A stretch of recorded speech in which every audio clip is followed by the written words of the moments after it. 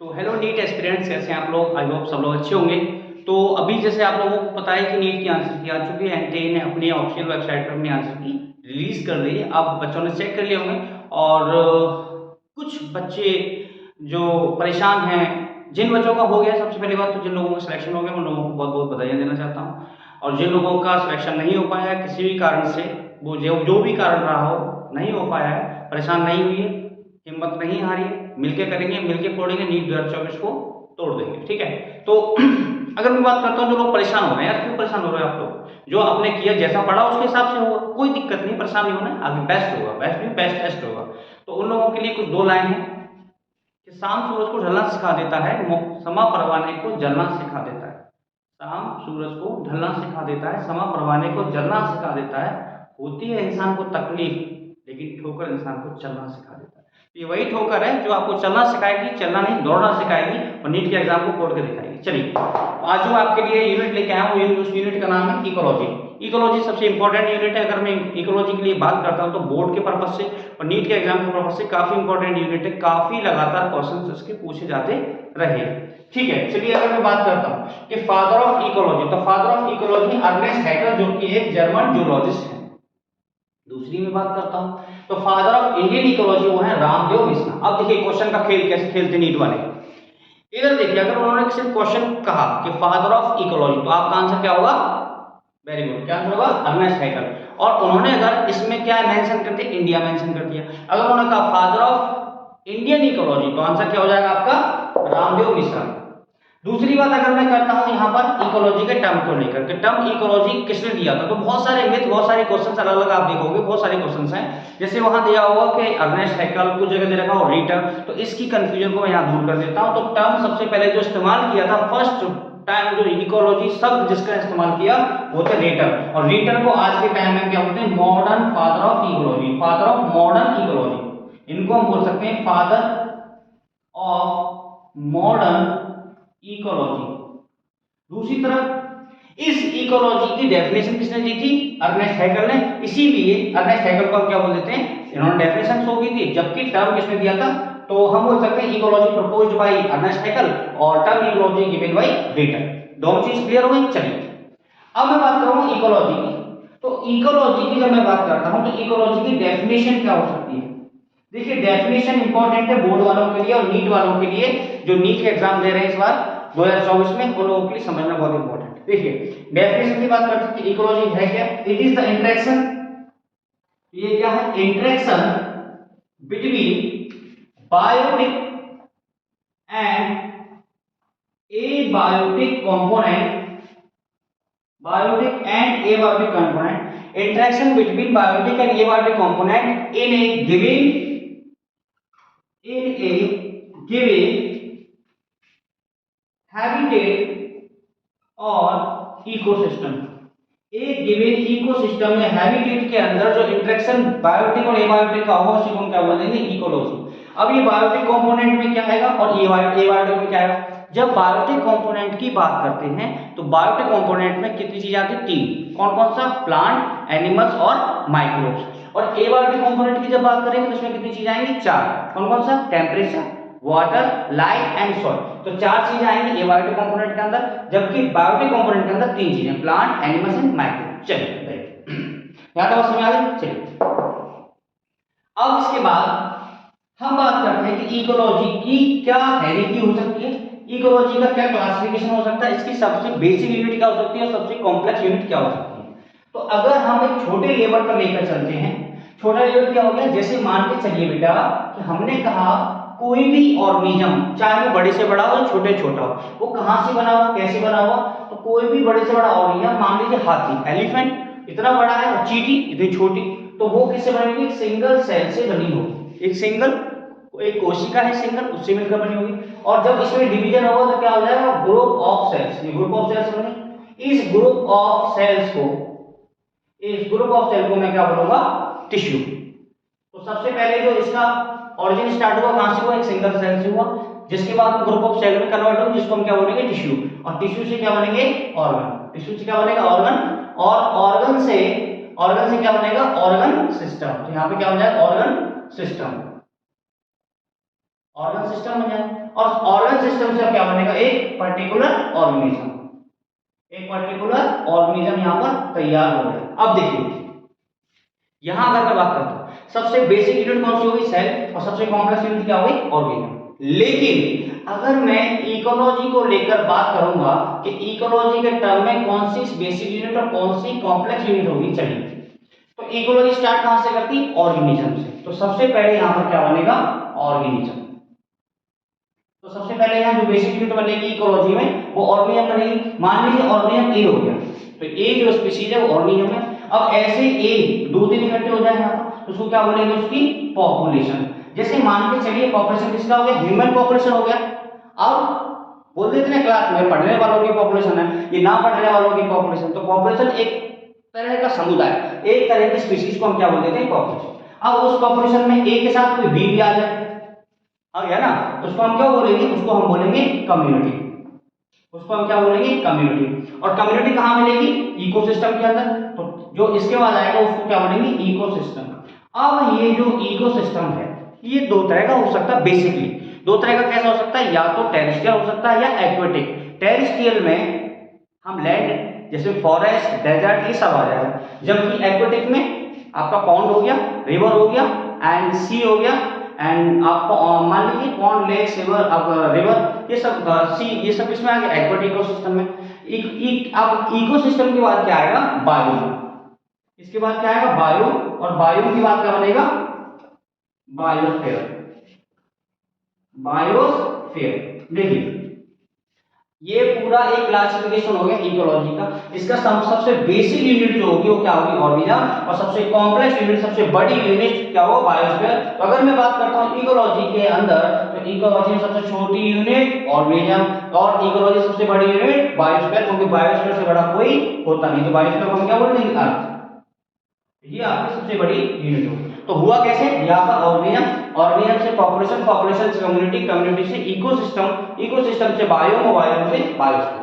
इस तरह से पूरी एक हैरिकी डेवलप हो जाती है, पूरी एक हैरिकी, एक पूरी हैरिकी कंप्लीट हो जाती है इकोलॉजी। ठीक है, चलिए नेक्स्ट बेटा।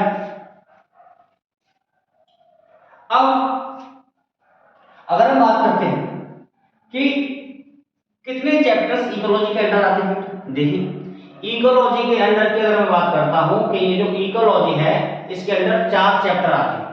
और 4 चैप्टर कौन कौन से आते हैं, सबसे पहले आता है ऑर्गेनिज्म एंड पॉपुलेशन। सबसे पहला चैप्टर आता है इसके अंदर ऑर्गेनिज्म एंड पॉपुलेशन। दूसरा चैप्टर जिसके अंदर आता है वो आता है इकोसिस्टम, इकोसिस्टम। तीसरा चैप्टर इसके अंदर आता है बायो डायवर्सिटी। फोर्थ जो चैप्टर के अंदर आएगा that is the environmental issue. Fourth chapter जो इसके अंदर आएगा दैट इज एनवायरमेंटल इश्यू। अरे बड़ा इश्यू है इसमें तो और ज्यादा बड़ा इश्यू हो गया है कि नीट। अब देखिए अगर मैं बात करता हूं सीबीएसई को लेकर, तो सीबीएसई ने बोर्ड में इस चैप्टर को क्या कर दिया है, हटा दिया, रिड्यूस कर दिया, सिलेबस रिड्यूस कर दिया, तो उसमें ये चैप्टर हटा दिया। लेकिन अब कंफ्यूजन ये होगी बच्चों में कि क्या नीट में ये क्वेश्चन चैप्टर आएगा। बेटा देखिए नीट की अगर मैं बात करता हूं, एनटीए की बात करता हूं, तो अभी तक कोई भी ऐसी ऑफिशियल नोटिफिकेशन नहीं आया है कि ये चैप्टर नहीं है, इसीलिए ये पढ़ना है। अरे पढ़, एक ही चैप्टर पे एक्स्ट्रा पढ़ना है, अगर पढ़ना पड़ा तो इतना सब आप उपन्यास पढ़ के बैठे हो, एक चैप्टर पढ़ लो तो क्या दिक्कत। चलिए आइएगा, ओके नेक्स्ट। अब हम सबसे पहले चैप्टर स्टार्ट करते हैं ऑर्गेनिज्म एंड पॉपुलेशन। तो जैसा आप जानते हैं ऑर्गेनिज्म एंड पॉपुलेशन में हम स्टार्ट करते हैं एबायोटिक फैक्टर्स को।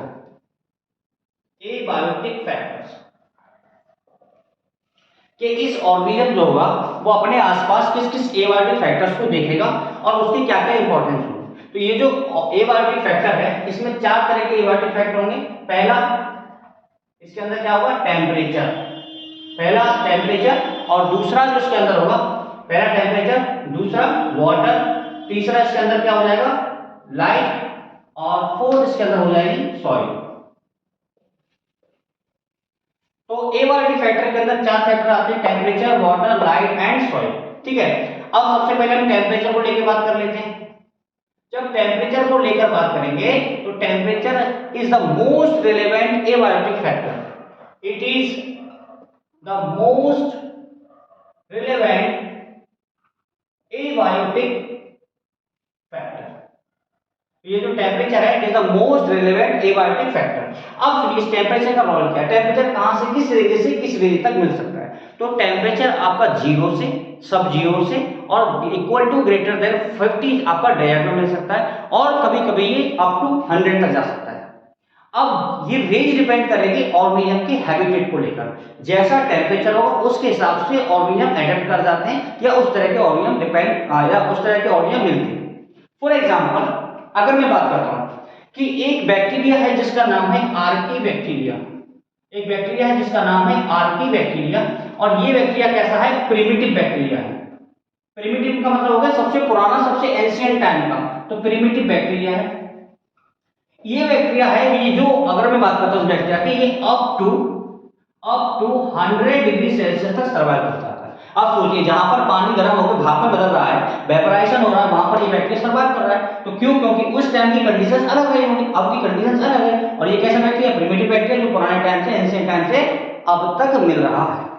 तो मैंने कहा कि जैसा हैबिटेट होगा उसके हिसाब से ऑर्गेनिज्म मिलेंगे। तो टेम्परेचर की जो रेंज होगी तो हम बोल सकते हैं रेंज ऑफ टेम्परेचर, तो ये कहां से कहां तक होगी, ये आपकी 0, सब 0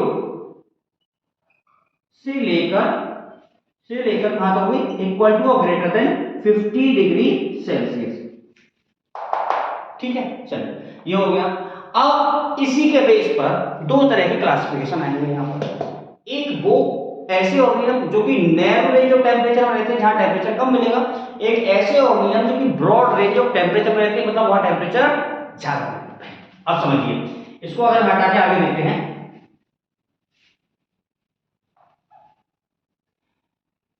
देखिए अगर हमने कहा सबसे पहले ऐसे ऑर्गेनिज्म जो कि वाइड रेंज ऑफ टेम्परेचर में, या आपका वाइड रेंज ऑफ टेम्परेचर बोल दिया, या ब्रॉडर रेंज ऑफ टेम्परेचर बोल दिया, या आपका, ठीक है, तो उसको क्या बोलेंगे, यूरिथर्मल। यूरिथर्मल ये कैसे हो जाएंगे, ब्रॉड रेंज ऑफ टेम्परेचर, जहां टेम्परेचर बहुत ज्यादा मिलेगा उसको हम बोलेंगे यूरिथर्मल। तो ऐसे organism they survive in the broad range of temperature, they are आपके यूरिथर्मल। जैसे एग्जांपल मैंने अभी बताया आर्की बैक्टीरिया, ठीक है, और जो आपके 50 या 50 से ऊपर मिल सकते हैं डिग्री सेल्सियस में होगा। दूसरा अगर मैंने कहा तो क्या होता है, स्टेनोथर्मल। स्टेनोथर्मल, तो ये जो स्टेनोथर्मल है ये कैसे हो जाएंगे, नैरो रेंज ऑफ टेम्परेचर। तो नैरो रेंज ऑफ टेम्परेचर में वो लोग मिलेंगे जो कि आपके, जैसे मान के चलिए आपके स्नो लेपर्ड हो गया या पोलर बियर हो गया, ये सब कहां मिलेंगे, नैरो रेंज ऑफ टेम्परेचर में। तो यहां टेम्परेचर से रिलेटेड में कुछ ऑर्गेनिज्म की बात कर देता हूं। For example mango tree can not grow इन, अगर मैंगो ट्री की बात करते हो तो मैंगो ट्री इसको इंडिया में देखने को मिलेगा, लेकिन अगर मैंगो ट्री को मैं कहां ग्रो कराऊं, Canada, can not grow in Canada और जर्मनी, क्योंकि वहां का जो रेंज ऑफ टेम्परेचर है वो कम है, जबकि रेंज ऑफ टेम्परेचर यहाँ पर ज्यादा है, इसलिए आपका जो मैंगो ट्री है वो क्लाइमेटिक कंडीशन पर भी डिपेंड करेगा। दूसरी अगर मैं बात करता हूँ snow leopard can not form in Kerala. तो स्नो लेपर्ड जो होगा वो केरला में नहीं मिलेगा, क्योंकि स्नो लेपर्ड कहां मिलेगा, 0 डिग्री पर या सब 0 डिग्री पर, इसलिए कहां नहीं मिलेगा, यहाँ पर। Tuna fish can not beyond आपके आर्कटिक टूंड्रा, या आपकी ये वाला, ठीक है ना, तो ये वाला कंडीशन हो गई, ट्यूना फिश का हो गया, इसका हो गया, ये हो गया, ठीक है। नेक्स्ट इसके बारे में मैं बात करता हूं। अच्छा, ट्यूना फिश को लेकर मैं बात करता हूं, तो ट्यूना फिश जो होगी are really caught beyond tropical latitudes. तो ट्रॉपिकल लैटिट्यूड्स में ट्यूना फिश मिलती है। ट्यूना फिश का एग्जांपल पूछा जा सकता है, ट्यूना फिश जो होगी वो आपका नॉट बियॉन्ड ट्रॉपिकल लैटिट्यूड्स। चलिए, तो 3 एग्जांपल आपके एनसीईआरटी में दे रखे हैं, इसके बारे में बात कर लेते हैं। तो पहला जो आपका हो गया वो किसके बारे में हो गया, टेम्परेचर को लेकर हो गया। अब जो दूसरी कंडीशन है वो क्या है, वाटर, तो ये वाला हो गया। देन वाटर के बारे में बात करते हैं। दूसरा जो एबायोटिक फैक्टर है वो है वाटर। दूसरा जो एबायोटिक फैक्टर है वो है वाटर। अब कंडीशन ये आती है, फिर लोग कहते होंगे, आप भी सोचते होंगे कि सर देखिए वाटर तो वाटर है, चाहे ऑर्गेनिज्म आप किसी भी तरीके का रखो, वाटर तो वाटर रिलेटेड प्रॉब्लम्स क्या होगी, लेकिन ऐसा नहीं है, जो ऑर्गेनिज्म वाटर के अंदर रहते हैं उनको भी वाटर रिलेटेड प्रॉब्लम फेस करनी पड़ती है। तो लिख सकते हैं सच ऑर्गेनिज्म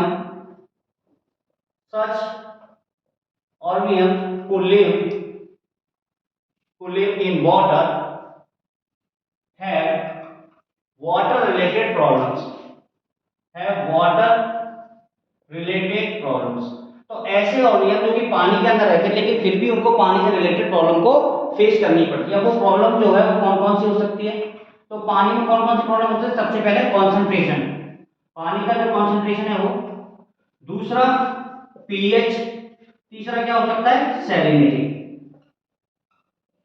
तो अगर मैं बात करता हूं वाटर का कंसंट्रेशन, वाटर का पीएच एंड वाटर की सैलिनिटी, तीन चीजें डिपेंड करेंगी वाटर रिलेटेड प्रॉब्लम्स को करने के लिए, ठीक है।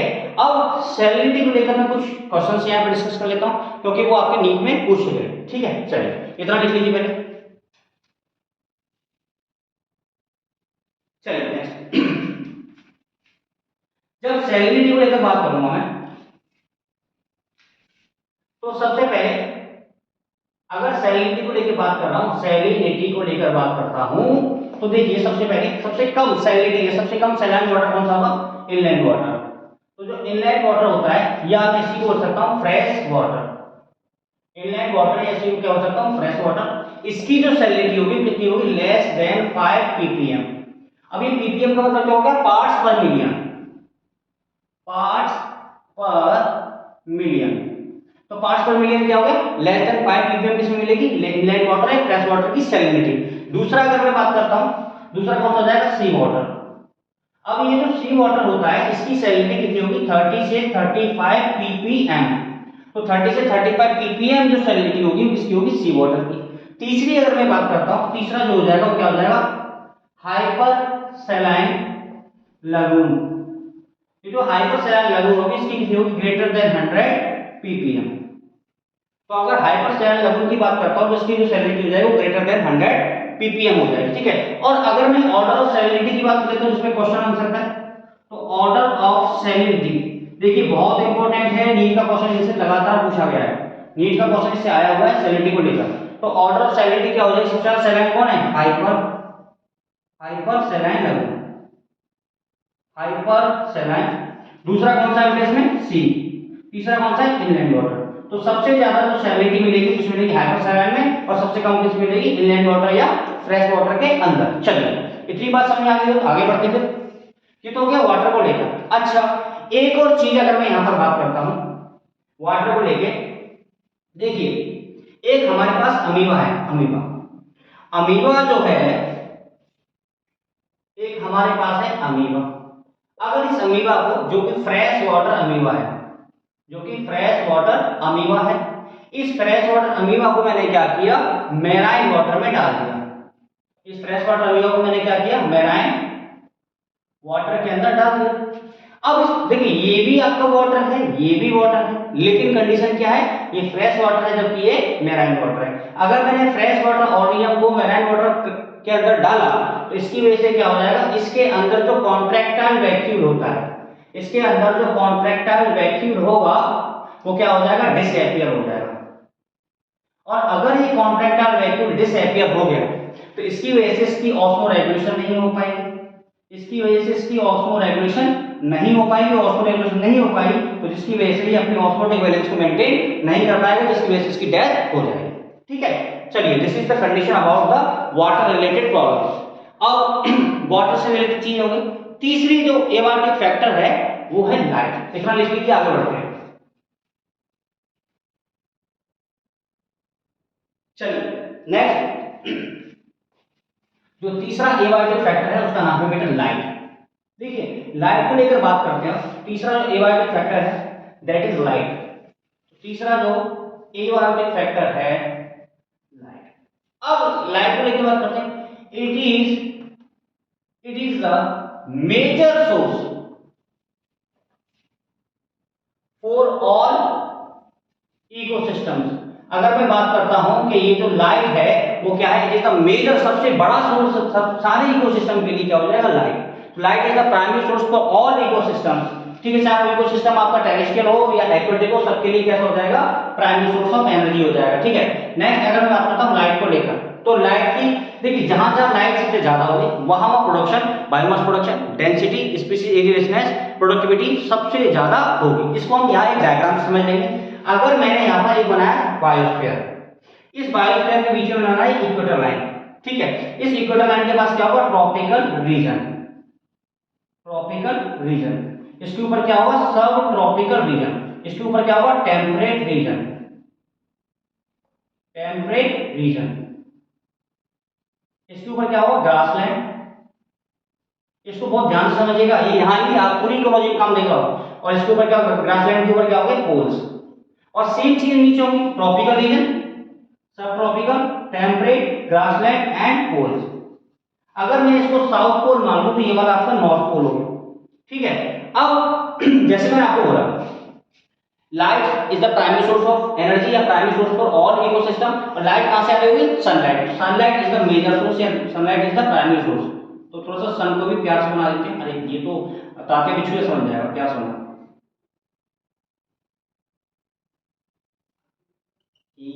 ठीक है, मुस्कुराता हुआ सूरज। अब यहां से जो लाइट निकलेगी, ठीक है, वो सामने जा रही है, और जैसे जैसे डिस्टेंस बढ़ती जाएगी वैसे वैसे यहाँ डेविएशन आता जाएगा। अब यहां पर सुनिए, जहां लाइट सबसे ज्यादा, अगर हम इस लाइट की चीजें, दो चीज देखते हैं किसी भी लाइट के लिए, तो यहां इंटेंसिटी, इंटेंसिटी एंड ड्यूरेशन। तो लाइट की ड्यूरेशन और इंटेंसिटी जहां सबसे ज्यादा, वहां production, productivity, biomass production, density, species area richness सब कुछ सबसे ज्यादा। तो सबसे ज्यादा कहां पर होगी, ट्रॉपिकल रीजन में।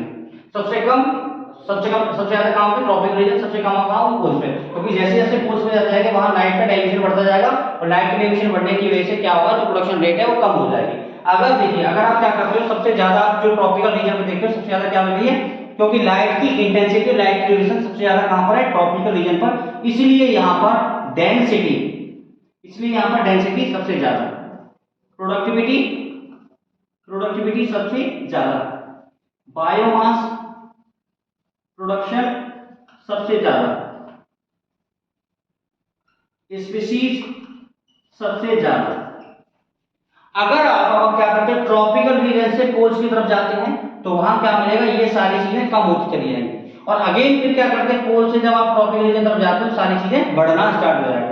तो लाइट जो है वो इंपॉर्टेंट सोर्स है। अगर मैं लाइट को लेकर थोड़ी सी और बात कर लेता हूं, जैसे मैंने कहा कि ठीक है, लाइट की इंटेंसिटी, लाइट की ड्यूरेशन सबसे ज्यादा जहां पर होगी वहां पर productivity rate, biomass production, density और स्पीशीज सबसे ज्यादा मिलेगी। जैसे जैसे पोल्स की तरफ जाएंगे तो लाइट कम हो रही है, और लाइट कम होने की वजह से ये सारी चीजें कम हो जाएंगी। अगेन जब वापस लौट के आएंगे ट्रॉपिकल रीजन में तो ये सारी चीजें फिर से बढ़ जाएंगी। ठीक है, इतना डायग्राम बना लीजिए, आगे बढ़ते हैं। नेक्स्ट, अब इसके बाद अगर मैं बायोमास प्रोडक्शन को लेकर बात करता हूं, देखिए अगर मैं बायोमास प्रोडक्शन को लेकर बात करता हूं कि बायोमास प्रोडक्शन पर एनुअली कितना हो सकता है या कितना होता है, ये बहुत इंपॉर्टेंट क्वेश्चन है, ध्यान दीजिएगा इसका। जब मैं बायोमास प्रोडक्शन को लेकर बात करूंगा, बायोमास प्रोडक्शन का कितना पर एनुअली, पर एनुअल जो बायोमास प्रोडक्शन है वो कितना होगा, ये होता है आपका 170 बिलियन टन। तो पर एनुअली जो बायोमास प्रोडक्शन होता है वो कितना होता है, 170 बिलियन टन। अब ये जो बायोमास है या बायोस्फीयर है, वो बायोस्फीयर का हम दो पार्ट में डिवाइड कर लेते हैं। तो बायोस्फीयर का आपका टोटल अगर मैं बात करता हूं तो 70% जो एरिया ऑक्यूपाई कर रखा है वो पानी में कर रखा है, एक्वेटिक कंडीशन। तो एक्वेटिक जो रीजन मिलता है वो कितना मिलता है, 70%। बाकी का बचा 30% को क्या है, लैंड एरिया या टेरेस्ट्रियल एरिया है। ये कितना है, 30%। अब सुनिए, 170 मिलियन टन क्या होगा, बायोमास प्रोडक्शन, जिसका 70% एरिया किसने कवर कर रखा है, एक्वेटिक रीजन में, जबकि 30% बायोस्फीयर किसका है, टेरेस्ट्रियल। अब सुनिए, जब मैं कहूंगा नाम बड़े दर्शन छोटे, नाम बड़े दर्शन मतलब यहां पर जो बायोमास प्रोडक्शन होगा वो कितना होगा, सिर्फ और सिर्फ 55 बिलियन टन। देखिए ये क्वेश्चन यहाँ पे भी काम आएगा और वहां पे भी आगे बढ़ेंगे हम, प्राइमरी प्रोडक्टिविटी या प्राइमरी प्रोडक्शन वहां भी काम आएगा। तो एक्वेटिक रीजन जो कि 70% सबसे ज्यादा था लेकिन प्रोडक्शन कम हुआ, और जो 30% जो एरिया वाइज कम था उसने कितना किया, 115 बिलियन टन। इसका रीजन क्या है, इसका रीजन ये है कि एक्वेटिक में जब आप देखोगे तो जब सी में देखोगे तो 500 मीटर डेप्थ से ज्यादा आपकी लाइट नहीं मिलेगी, पेनिट्रेट नहीं कर पाएगी, तो इसलिए वहां पर प्रोडक्शन रेट कम मिलेगी। और जब आप टेरेस्ट्रियल रीजन में देखोगे, फॉरेस्ट में देखोगे, जहां जहां आप देखोगे वहां लाइट मिलेगी, तो लाइट मिलने की वजह से वहां पर क्या होगा, प्रोडक्शन रेट या बायोमास प्रोडक्शन बढ़ जाएगा। ठीक है, तो यहाँ पे एक चीज समझना है आपको कि light can not form where greater than 500 meter depth 500 metre depth in ocean. अगर मैं ओशन की या सी की बात करता हूं तो 500 मीटर से ज्यादा डेप्थ में लाइट नहीं मिलेगी। तो क्या एक क्वेश्चन आएगा, क्या वहां कोई ऑर्गेनिज्म नहीं मिलेगा? ऑर्गेनिज्म मिलेगा। तो ऑर्गेनिज्म कौन सा मिलेगा? रेड एल्गी मिलेगा। रेड एल्गी कहां मिल सकता है? ये आपके बॉटम ऑफ सी पे भी देखने को मिलेगा और ये आपकी सरफेस पे भी देखने को मिलेगा। और ये रेड एल्गी किसका मेंबर है? मेंबर ऑफ रोडोफाइसी का मेंबर है। तो आपने यहाँ देखा कि लाइट की जो इंपॉर्टेंस है वो कितनी है। जहां लाइट सबसे ज्यादा वहां प्रोडक्शन सबसे ज्यादा, वहां बायोमास प्रोडक्शन सबसे ज्यादा, डेंसिटी सबसे ज्यादा। एक्वेटिक में कम होता है लेकिन एरिया ज्यादा है, लेकिन प्रोडक्शन इसलिए कम हुआ क्योंकि लाइट कम थी। यहाँ पे एरिया कम है लेकिन बायोमास प्रोडक्शन इसलिए ज्यादा हुआ क्योंकि लाइट ज्यादा है। चलिए, होप यू अंडरस्टैंड कि ये जो टॉपिक है, ये जो चैप्टर है आपको समझ में आया होगा। और समझ में आया होगा तो उसको लाइक करना एंड सब्सक्राइब करना एंड शेयर करना। Thank you. आगे वाले लेक्चर जल्दी मिलेंगे। Thank you.